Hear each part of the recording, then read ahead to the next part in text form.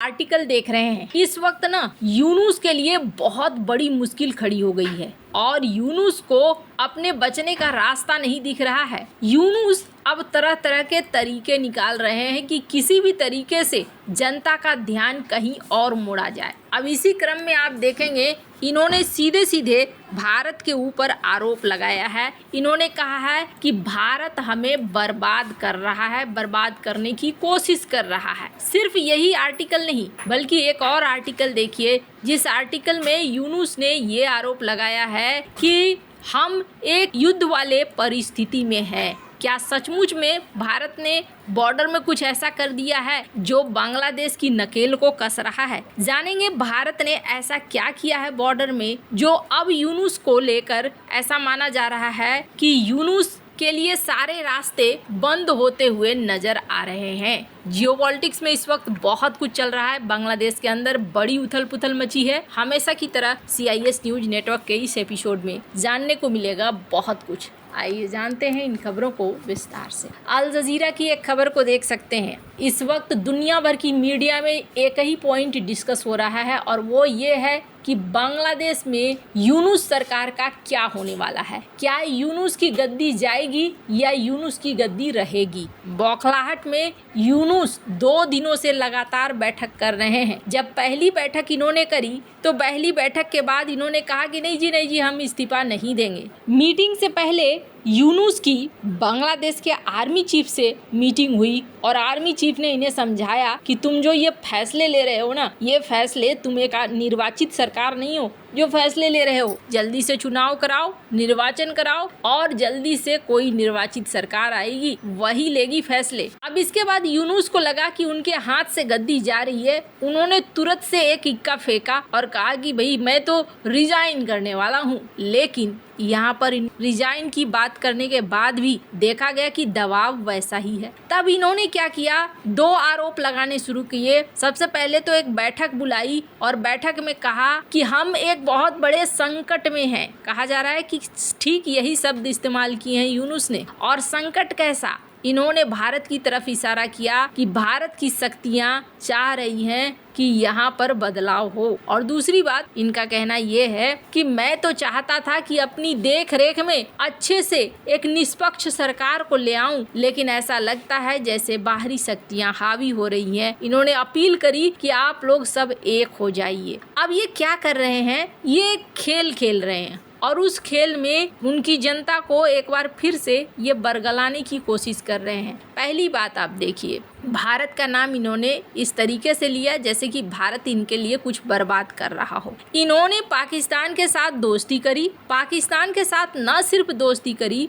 बल्कि इन्होंने अपनी इकोनॉमी में खुद से लात मारनी शुरू कर दी। इन्होंने भारत के साथ पंगे लेने शुरू कर दिए। भारत के लिए कथित तौर पर अपने पोर्ट बंद करने शुरू कर दिए। भारत के कार्गो शिप को डिले करना शुरू कर दिया। जब इनकी तरफ से बहुत ज़्यादा कुछ होने लगा, आपको याद होगा शुरुआती दौर में भारत ने इनको फिर भी चावल भेजना जारी रखा था, फिर भी ये इनसे व्यापार करते थे। PM मोदी और यूनुस की मुलाकात भी हुई थी, पर इस मुलाकात के बाद फिर से जहर उगला था यूनुस ने और कहा था कि नॉर्थ ईस्ट एक लैंड लॉक कंट्री है। इसके बाद देखने को मिला इन्होंने चाइना को उतार दिया लालमोनिरहाट में। तो ये सारे पंगे इन्होंने शुरू किया। एक चीज होती है वो है भूखे पेट भजन न होई है गोपाला। यूनुस के साथ समस्या ये है, बांग्लादेश बुरी तरीके से इस वक्त अपने औद्योगिक पतन की तरफ जा रहा है। एक तो बांग्लादेश की जो टेक्सटाइल इंडस्ट्री है वो बुरी तरीके से तबाह हो रही है। भारत के रास्ते इनका ट्रांसशिपमेंट जाता था, काफी पैसा बचता था,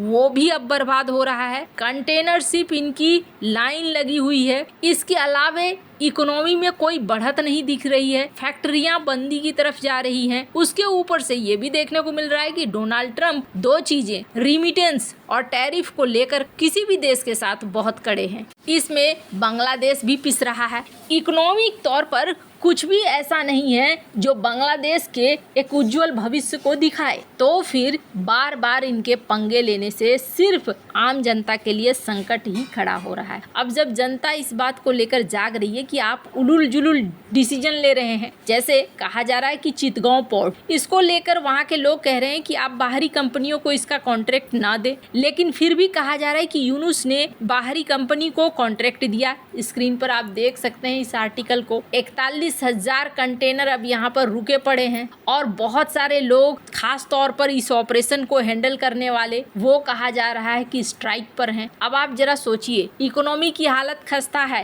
पोर्ट में कंटेनर्स की भीड़ लगी हुई है, टेक्सटाइल इंडस्ट्री जो इनकी रीढ़ की हड्डी थी वो डूब रही है, IMF से इनको पैसे मांगने पड़ रहे हैं, व्यापार के नाम पर अब इनको दूर का रास्ता इस्तेमाल करना पड़ रहा है। जो मेडिकल वीजा भारत आसानी से देता था, अब इन्हें चीन तक पहुंचने की कोशिश करना पड़ रहा है, जो काफी लंबा और खर्चीला है। तो ये सारी चीजें अब बांग्लादेश में होनी शुरू हो गई। इसके अलावा एक म्यांमार कॉरिडोर, ये भी एक बड़ी डेवलपमेंट है जो बांग्लादेश के अंदर हो रही है। ये म्यांमार कॉरिडोर के पीछे का खेल क्या है, पॉलिटिकल राजनीतिक कौन कौन से देश इसमें घुसे हुए हैं, वो कहानी अलग है। तो यहाँ एक ऐसा माहौल यूनुस ने खड़ा कर दिया है जो बांग्लादेश के हित में कहीं से भी नहीं है। पर यूनुस क्या कर रहे हैं, यूनुस अभी भी लोगों को बरगलाने का काम कर रहे हैं कि भारत हमें डिस्ट्रॉय करना चाहता है, बर्बाद करना चाहता है, और अब हम युद्ध वाले सिचुएशन में। हालांकि ये जो युद्ध वाले सिचुएशन की बात कर रहे हैं ना, मैं आपको एक बात बताऊं, जब से इन्होंने लालमोनिरहाट में चाइना के प्रतिनिधि मंडल को उतारा है और इसके पहले नॉर्थ ईस्ट कॉरिडोर की बात इन्होंने बार बार दोहराई है, तब से भारत भी यहाँ एक्शन वाले मोड में है कि अगर इनकी तरफ से थोड़ा भी कुछ हुआ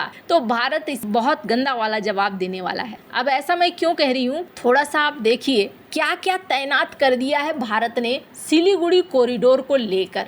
भारत ने सिलीगुड़ी कॉरिडोर के पास S-400 मिसाइल डिफेंस सिस्टम को तैनात किया है, राफेल विमानों को तैनात किया है, मेटेओर मिसाइल, स्कैल्प क्रूज मिसाइलें और वॉरफेयर सिस्टम से युक्त कई सारे हथियारों को तैनात कर दिया है। ब्रह्मोस का जखीरा भी यहाँ पर है, तो वहीं आकाश भी यहाँ पर है, यानी कि आकाश डिफेंस सिस्टम। और सिलीगुड़ी क्षेत्र में जो जमीनी सेना है, त्रिशक्ति कोर, ये अपने आप में बहुत अलर्ट है, चौकस है। T-90 भीष्म टैंक, आधुनिक पैदल सेना, तोप खानों के साथ ये लगातार युद्धाभ्यास कर रही हैं। ब्रह्मास्त्र कोर पहाड़ों पर कंट्रोल करने के लिए तैनात किया गया है। चीन की बढ़ती हुई सैन्य ताकत को देखते हुए भारत ने माउंटेन स्ट्राइक कोर बनाया था, जिसे ब्रह्मास्त्र कोर के नाम से जाना जाता है। इसकी भी तैनाती कथित तौर पर कर दी गई है। और अब जो बांग्लादेश